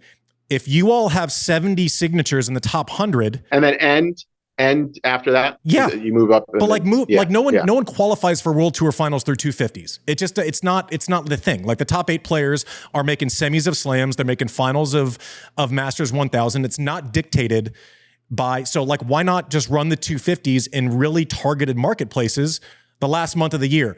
But what you guys have to be able to do in your point of leverage, in my opinion, and Vasek's library looks like so well thought out. So he's probably way ahead of this. Many leather-bound books. It's many leather-bound books. It probably smells like. I think those books are fake. It's all the same book. Yeah. It looks like it smells. It looks like it smells of mahogany. Like it just. Anyways, but you have to be able to like name names. If you have. All you need to be able to say is we have the majority of the top 100 that support this proposal, put it out publicly, and then they have to defend publicly. Like that's the leverage point you have before going into to Johnny Money Buckets and suing someone. And basically your message of unity goes out the door because you feel like you have to take this step, which whether I agree or not, it is what it is. A doping page. Like explaining the differences with your support of Tara Moore, who's gotten hosed in this process. And people are like, well, Sinner went through. Well, Sinner followed the protocols that are in place. Like a simple page where fans are all going, like, I can't believe that if you guys consistently talk about doping and then there's no reference point past players can basically email us with their grievances. Like, this is the difference between Tara Moore. This is what happened with Sinner. He had a 48-hour period. Good lawyers normally get good results to where it's not like it's preferential or it's this or it's that. Like, you guys can be the point of clarity on a lot of issues in a very unbiased way. Like I had to learn about all this crap because I'd never heard of Clostebol before in my entire life. I didn't know what we were talking about. I didn't know that there was precedent set with an Italian player who was ranked 300 in the world 2 months before. It's tough to work backwards from precedent when it's number 1 in the world. But you almost have to name names for support. Like I understand that, like the threats and whatever, but if it's not a real threat and if it's a post threat, you kind of have to take the leap and you have to have faith in you guys' ability to negotiate that comfort. They're not going to literally strip benefits from 70 players. They're just not going to. Like, I'm just telling you, that's the biggest PR nightmare I've ever heard. Not without tacking more legal liability. Say that again? Not without tacking even more legal liability. But that's what I'm saying. Like, I understand what you're saying, Vasek, and players are scared, but that's your value. You have to communicate to the players that this is like a non-starter, and it's almost like it's like a fart in the wind. It just disappears. It's bad at first, and then it goes away, right? Like it's just the way it is. And like the medical services part, like I'm reading this shit and I'm pulling what little hair I have left out. Mike, can you pull up the MedNet page? And these literally these 2 sentences from you guys, and I'm assuming a lot of people looked at this, run back to back on your page. Please read those. Yeah, which the services are great, by the way, which you can find them on the website. But this is on there. But PTPA MedNet is available to all current professional tennis players worldwide. It's 100% free service. For players outside the top 250 in singles and top 100 in doubles, access to the service is subject to availability of Dr. Sika and his team. You can't say it's available to everyone and then say subject to availability. Like simply, it for me, it gives me brainworms. Like I'm sitting here going, like we have to, like you can't be available to everyone. And then the next sentence say, well, it's available. The higher ranked you are, you get prioritized medical care. That to me, that's just insane. Like I don't understand it. And I'm sure there's a good reason for it, but the way it presents on a website is crazy town to me. But that's it. Those are my own grievances. Tell me, like, why am I completely stupid on all of this? Why, Vasek, why am I uneducated on this? To get back to our original beef. On what you just said, no, I agree. I think that's very good feedback. We love feedback. And I won't guarantee that we'll do all those things, but I will guarantee that we'll do some of those things. I just crave clarity, and it's just like this. It exists in like this weird murky ether that is we support, we empower, and then it's like though, the budgeting. Names. What you just said, like you saying the budget. Yeah. For the programs you're doing, I'm going, okay, now fuck, I get that. I understand that. I understand the parts at play. I understand that this budget is created by this and we invest in services for this. But at nowhere is the point of connection represented. Yep. And I don't know who you're representing. Like I know it's everyone, but that's a very like I wish we could like actually like know who's involved. Yeah. Well, among players' associations, there's this old saying that 10% of the players don't care at all about when their union comes to have meetings. 80% of players care about it when they need something, like they get popped for anti-doping, or like Tom Brady and deflated footballs, right? Like, so you never know what the issue is. And then the 10% are like leaders, right? Like the players who will sign up for player council, sign up on our executive committee. Because I think there's a huge overlap there. And we talk a lot amongst that group of players because they care and they will spend hours on end, every regular quarter, right? Like doing these things and in between. I just one example though, so about a year ago, we helped probably 15 or so of the top 20 women put together a letter to the WTA, very specific letter outlining, their frustrations with their revamped calendar, because when they took the outside investment from the private equity fund, the schedule changed, the required events changed, and so there was unhappiness with that, but all the way down to other really important things like maternity benefits and just how and they put their name on this letter, and it was important that they put their name on the letter, and it got attention and within the WTA, but I would tell you it didn't spark meaningful but it's not a public letter. Changes. Your leverage is like the public. Oh, you're saying public. Okay, Hell yeah, you're public. Saying public. Yes, you want to start a Twitter war with me? Don't waste your time with me. Put a public letter out with those 15 players, and that's your leverage. Well, that's also the beauty of any kind of going forward. Players have to put their names to these things going forward. That's just part of where we're at. Is players have to put their names to any complaint or lawsuit or anything that we go forward with. I don't think it's a secret I also think tennis has a remarkable ability to not care about public pressure. I mean, it's astonishing to me that the ATP and the ITIA have not said more or anything about the Jannik Sinner case. I agree with you, Andy. He's just following the protocol that's out there. But to leave the players to have to deal with these questions, and then WADA appeals, and then are they going to appeal or not appeal, and why can't they appeal? Aren't they supposed to exist independently of the ATP? Is it the ATP's place to put their finger on the button? They're on the board. They fund. I mean, this is my thing. It's a good point. If you're on the board of the ITIA, and if you're the funding of the ITIA, which the Grand Slams, the WTA, Steve Simon, same dude, chairman of the WTA, he's on the board of the ITIA, right? And Jannik's not one of his players, okay, but then the GC of the ATP is a guy named Mark Young. He's on the board of the ITIA.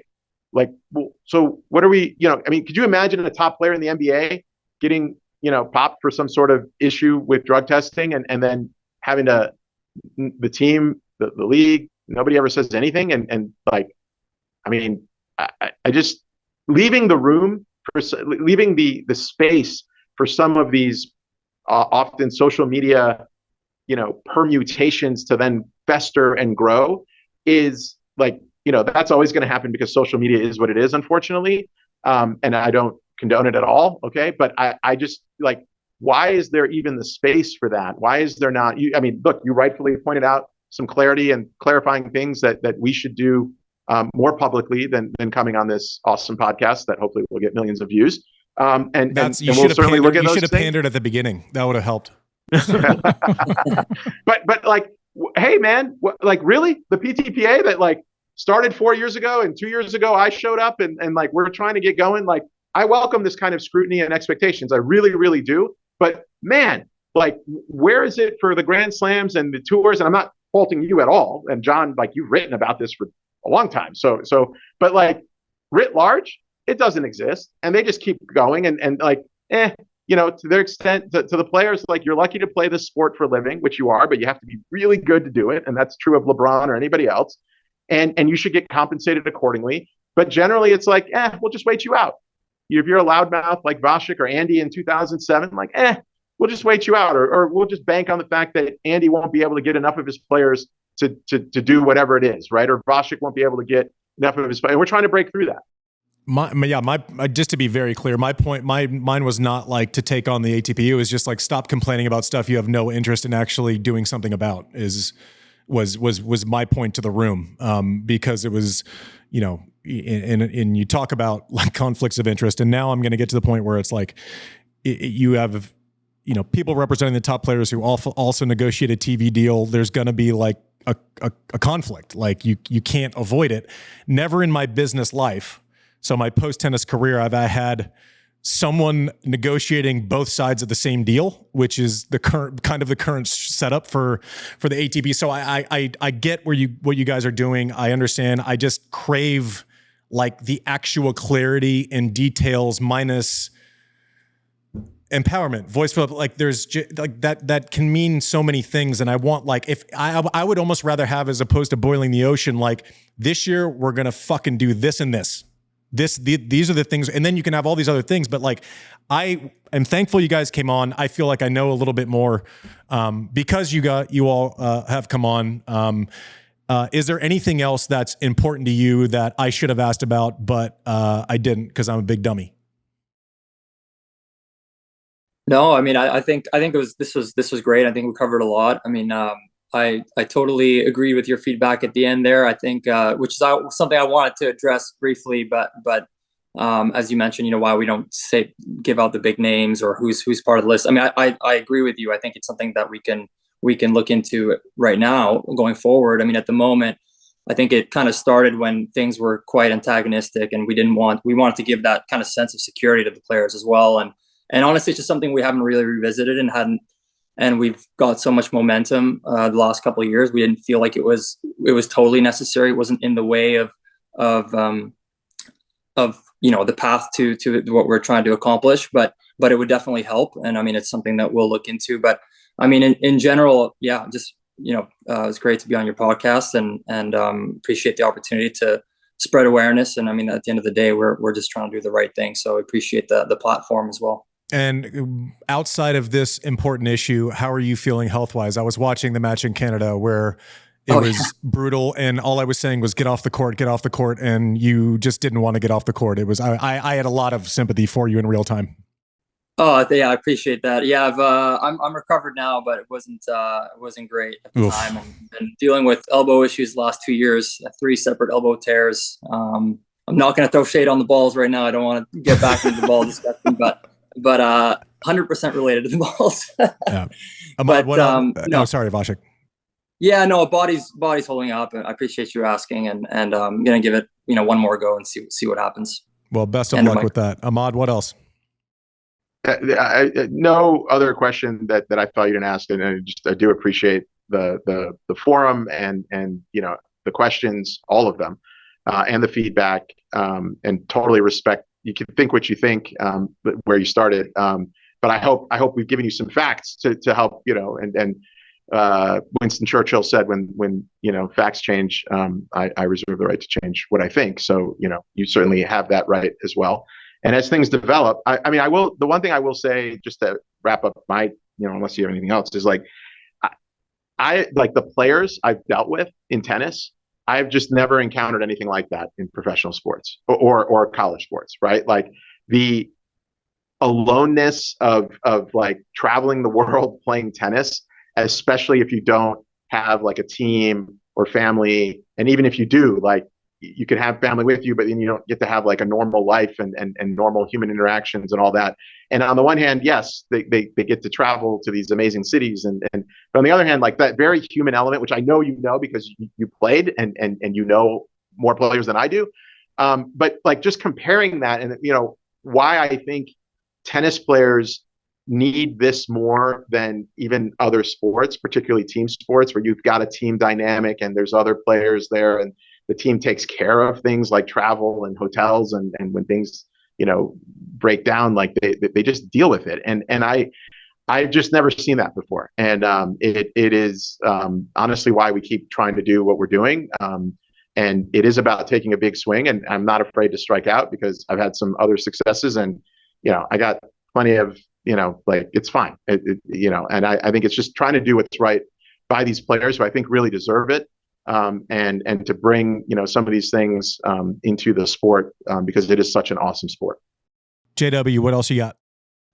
No, I appreciate you guys coming on. I mean, I think Andy and I a long time ago gave up any claims of objectivity here. I think we both are very much in favor of player empowerment, and we think that some of the conditions are pretty appalling, and the conflicts of interest in this sport are really corrosive. I guess if we've already given up any facade of objectivity, I guess I will go a step further and give you some unsolicited advice. And you said it, like, use your weapons, man. Like, and enough with the drop shots and the sort of the cutesy balls. That's actually hit wrong. out That's in tennis terms. Listen, journalists. The drop shot has obviously become I can a only weapon. serve underhanded, guys. So like that's all I got. You and me both. Hit out. Use your weapons. Listen. Anytime we get something wrong, if you're ever listening, feel free to correct us. We don't need to be right. We just need to be a little bit smarter. Listen, I appreciate you guys coming on. I appreciate you fielding questions that are uncomfortable. I appreciate you being exposed to gotcha moments, Vasek. And hopefully I'm a little bit more educated for you now. But in all seriousness, like, I think we all agree this game we love. It's like a flawed girlfriend that you can't get over, right? Like, we all love this sport. We all have the same intentions. The reasons why we feel the way we do, even if we disagree, all come from kind of the same place, except for Mike and Ahmad, who just learned about tennis like 2 years ago. Fred Laver? Is it Fred Laver? Yeah, for the first I played tennis in high school. Oh shit, you're on your own. Yeah, I'm on my own. Oh God. Yeah. So you don't pronounce it Laver Cup like Mike did for the first 3 months of our show? I'm learning. I'm learning, guys. No. Listen, the goal is to get a little bit more content across the line to give you guys an open mic with some pushback. But I wish you all the successes. I can disagree with parts of it and also be a cheerleader for the players, of which you are a vehicle and you intend to be a bigger vehicle. So I thank you. Please come on anytime there's something that we should know, or if I'm just wrong about something. Always happy to hear why. And we appreciate you guys coming on. Thank you, Vasek, and thank you, Ahmad. Thank you, guys. You guys. Producer Mike, I feel weird. That was a great one. No, I know it was like probably like informative and good. I just don't like, I don't know. I'm like a player. Like, I've always been a players guy. I hate challenging them when I think the intent of what they do is phenomenal.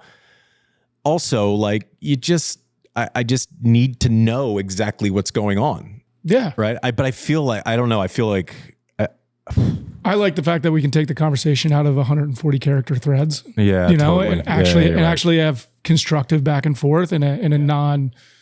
I mean, it felt. I don't know. I felt like I learned a lot. I felt like they have a lot to still progress on, and they admit that. You know, and I think one step at a time. It's an old structure that's been challenged many times, and I think you always have to address. And I just, that. I don't know. Like, I'm thinking through it. Obviously, like, the shows we do that are like, you know, fun, you know, like Eubanks was the best, like, it was a fantastic interview, but it was all fun. Like, it was like, I want to hear your story. I want to dig in. There's no back and forth. I'm like, you're a great it's largely positive, right? And those are like very fun shows. I learned something. You feel good at the end of it. The rest of my day, I'm like whistling the whole time. And this one, it feels like, I don't know, like I feel like we do maybe need to have somebody on from the ATP talk about their initiatives. I mean, they've launched a lot in the past. We have, yeah. I mean, 2 years. And the PTA, they probably tell you that it's because of them. You know, pressure. I don't know what the truth is.